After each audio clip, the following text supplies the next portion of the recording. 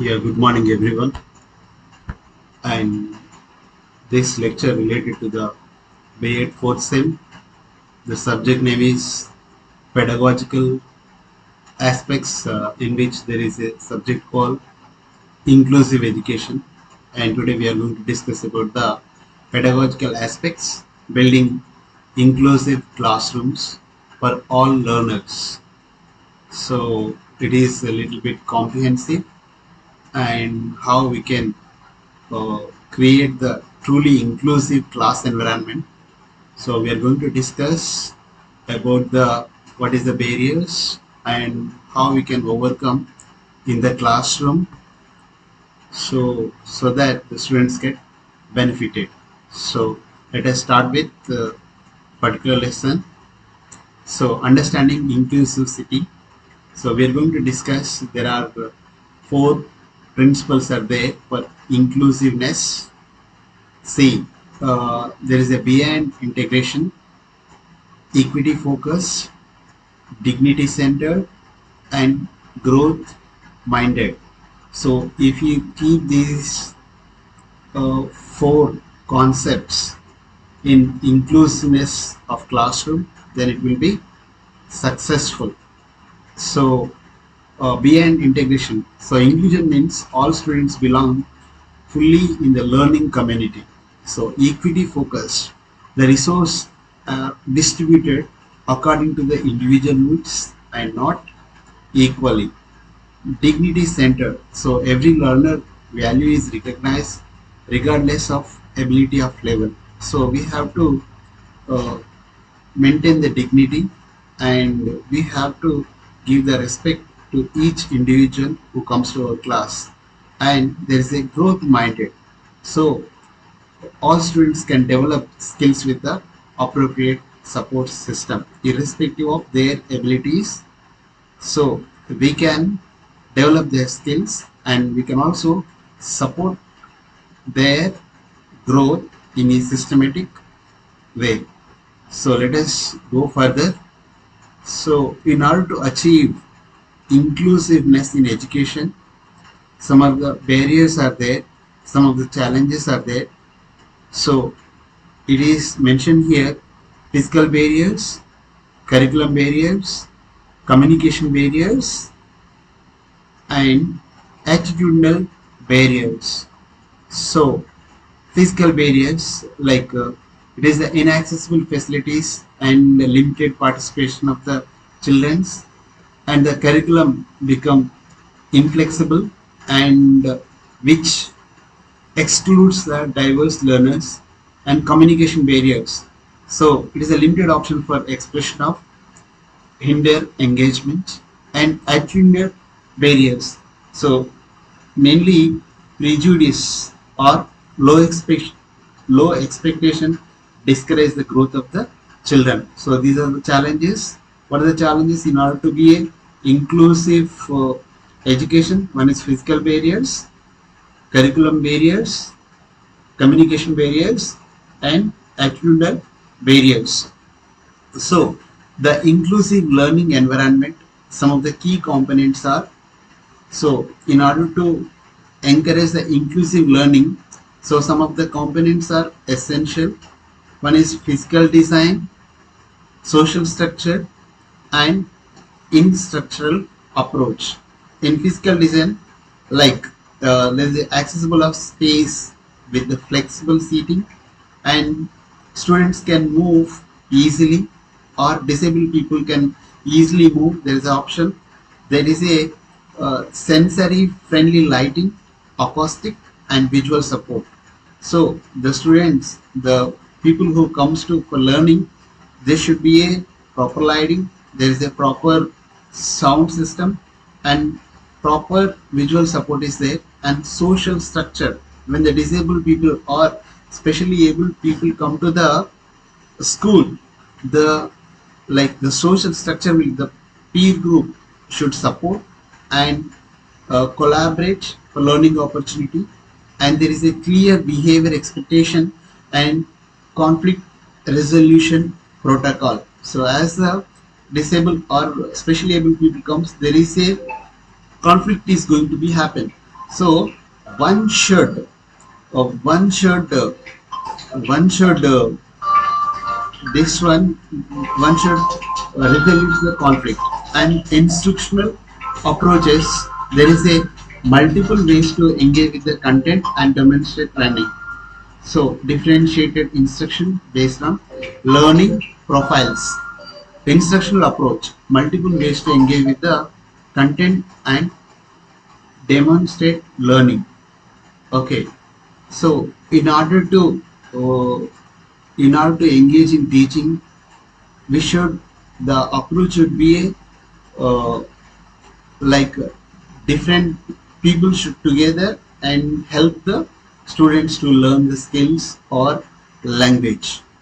Then see, the physical accessibility of the fundamentals is that, see, there is a barrier free school design. The school should be a there should be no barriers to enter into the classroom, like entry points, restrooms, navigation, classrooms, recreation areas. Entry points, like there should be a wide doorways, proper ramps, and automatic doors, so that um, specially able people come and enter into the classroom freely. And proper restrooms, so there is a accessible facilities with the grab bars and adequate spaces and neatness should be maintained in restrooms. And navigation and clear signage and visual tactical elements. And classroom, the classroom furniture should be adjusted and it should be a cluster free pathways and recreation areas, accessible equipment and surfacing all the abilities. So there is a art integration, creating opportunity for diverse expression. So if the people unable to speak, let them, or uh, unable to do some activities for the disabled people, as this picture indicates that, let us give the like art integration, like making arts and theatre things and music and making toys, something like that. Here art programs should be offered multiple modes of expression, provide adaptive tools like ergonomic brushes and instruments, emphasize process for product in evaluation. So sports and physical activities, adaptive and approaches for inclusion. So adapted equipments, if you are conducting the sports, so the lightweight balls, Velcro mitts and stabilized equipment for enable the participation. Budding system, uh, peer partner should support while building the social connections, and the rules should be modified and it should be a flexible, the scoring also should flexible and maintain the engagement for all. Then one should help the to achieve their personal growth, like personal goals, individual improvement targets, and replace competitive only models. So vocational training and preparing all the students for future success, interest assessment, identifying the strengths and preference through specialized schools. Then see, there is a vocational training uh, should be done in inclusive education. In the initial stage, we have to take the interest in assessment, identifying the strengths and preference of the specialized tools, and goal for skill development, build target abilities through scaffolding practices, work experience, and transition plan. Once it is the like the vocational training over, then transition plan connect to the post school resource and opportunities. Once they finish their schooling, what is the opportunities for them, we have to guide them. Here individualized learning from theory to practice. So uh, in inclusive classroom, learning profile development, goal setting process, implementation of strategies. Learning profile, multiple intelligent assessment, learning style inventory, sensory processing profile, interest and motivation survey. Then goal setting process, specific measures targeted, student-driven priority areas, incremental achievement steps, regular process monitoring, implementation of strategies, flexible grouping, structures, tied assignment options, personalized learning stations, self-paced digital resources. So here resource mapping for individualized education programs. C. Assertive technology overview and selection process. So, assess the needs, identify the specific barriers to learning and participation, exploring the option, research available tools to address the identified challenges, trial solution, test potential tools in authentic learning environment, implementation and training, provide the thorough training for students, teachers, and families, monitor and adjust, evaluate the effectiveness, and makes necessary modifications. C. Low tech versus high tech solution for classroom inclusion. See, there is a low tech solution in a class nowadays. The high technology used, and some schools are using low technology, and other schools are using high technology solutions like pencil grips and slant boards, visual schedule and task cards, color colored overlays for reading, fidget tools and sensory items. Like the low tech solutions are advantages like affordable, durable, easy to implement without technical expertise. But the high tech solution, speech to text software, and alternative keyboards and switches, augmented communication devices, screen readers, and magnifier. So these are the advantages, that powerful customization options and greater independence for the users. So creating appropriate teaching material for diverse learners. So multi-sensor material incorporate tactical, visual, auditory elements in learning tools. Consider textures, colors, sounds that enhance concept understanding. Uh, Levered content, creating multiple versions of texts and worksheets, varying complexity while maintaining core content, including visual support for comprehension, digital adaptability, design digital resources with built-in accommodation, including options for text-to-speech, simplified language, and adjustable visual display. So, universal design for learning, that is UDL. See, multiple means of representation, then multiple means of action expression, multiple means of engagement. So UDL removes the barriers, that is a universal design for learning, removes the barriers by building flexibility into curriculum design. It benefits all the students, not just those who are identified disabilities. So, assessment innovation, designing inclusive evaluation tools, clear purpose and multiple formats, flexible timing, and scaffolding support. Like, in order to assess, this should be innovation. This is a clear purpose. Define the exactly what knowledge or skills you are measuring. Separate content knowledge from method of demonstration. Multiple formats offer various resource response options like written, oral, visual, providing digital and analog versions of assessment. Flexible time allow extended time when processing speed is not being tested. Consider multiple shorter session instead of long one long session. Scaffolded support include examples, visual cues, and step-by-step directions. Offer assertive technology when appropriate. So there is a alternative assessment techniques and their implementation. So assessment type, best for implementation tips. Portfolio assessment. It is the best for using creative subjects, longitudinal progresses, and implementation tips. Use clear rubrics, include student reflection, and project-based assessment. Applied knowledge and collaborative skills. Offer choice in topics. Scaffold planning process. Performance assessment. Skills demonstration.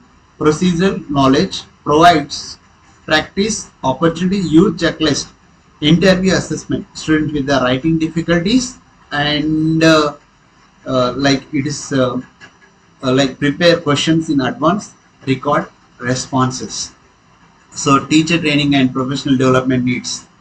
So the 80% preparedness gap, percent of the teacher who feel underprepared for inclusive class, almost 80% teachers never prepare for the same, and 40 plus training hours. So recommended that annually every teacher has to be trained approximately 80 40 hours of training. Then 5x implementation of success, increasing the effective inclusive practices with the coaching support. Effective training combines theoretical knowledge with the practical classroom application, ongoing coaching, outperform one-time workshops. So, case study successful inclusive classroom. So, we can say that urban elementary school implemented one co-teaching model, all the grades levels, created sensory spaces in every classroom. Result 33 35% reduction in the behavioral referrals and 28% increase in the standardized test scores for the students in IEP. Then rural middle schools. So introduction the technology, lending library, and universal dynamic learning, curriculum design, train peer mentors to support inclusion. Then result double parental satisfaction rating, improve the attendance rate all the student. Then suburban high school redesign physical spaces for accessibility, created inclusive vocational training program with the community partnership, results 90% post graduation employment rate for students with disabilities. So, measuring success, evaluating inclusive education outcomes, academic standards increase, social integration also increase, self-advice skills also increase, attendance rates and parental satisfaction, post school outcomes. So, these are the things where you have to measure. So, next steps to implementing the inclusive pedagogical concept. So, here conduct needs assessment, develop action plan, building capacity. So, conduct needs assessment, audit physical environment, then survey stakeholders, that is teachers, students, and parents, review existing resources, what is the resource are there, and identifying the priority areas. So, how you are going to develop the action plan? Set measurable goals which is achievable, assign the responsibility to the respective stakeholders, and establish timeline with a fixed time, and secure necessary resources. So building capacity, provide proper training to the teachers and peer group, create support networks. You have to coordinate with the different specialized people and develop resource library, establish coaching system. So smart, small, like start with a small and celebrate success, and build movement, creative. Creating inclusive classroom is a journey, not a destiny. Okay, thank you.